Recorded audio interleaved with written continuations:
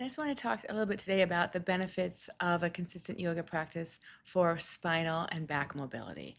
As I've talked about before, I came to the practice of yoga on a dare from a friend because my back was constantly in pain from having scoliosis. I wasn't athletic and I didn't really exercise. When you have a crooked spine, the muscles supporting where your spine curves need to be strong so you can help the structure of your back. So when I started yoga, I couldn't touch my toes and I was very frustrated. I felt like just stuck in my spine, especially where my curve was. And then when I started going to a consistent practice a couple times a week, I started to finally notice that my back felt stronger. I didn't feel like there was that dumping pain and ache all the time.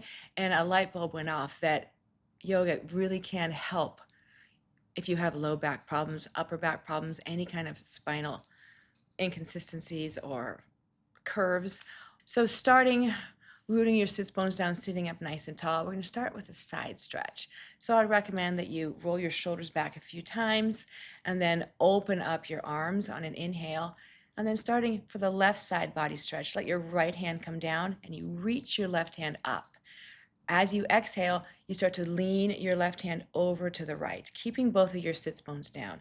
So you get this really nice stretch along the whole left side of your body, which helps your spine move in that direction.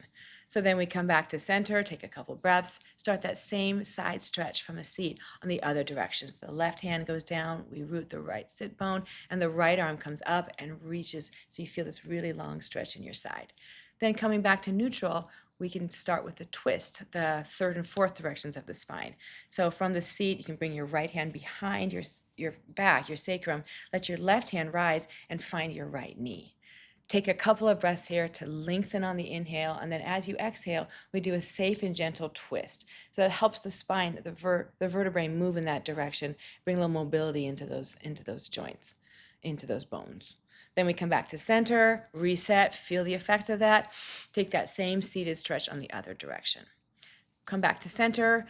We can do some forward motion and a backward motion. So bring your hands behind you from that seat and open up your chest and reach your hands away from you to get a nice back bend.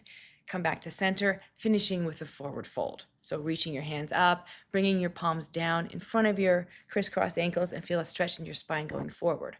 Or you can interlace your hands overhead and round and curl your spine by seated, reach up, and then open up your chest that way for a back bend. So there's options. And then we get all 6 of those directions for a warm-up sequence.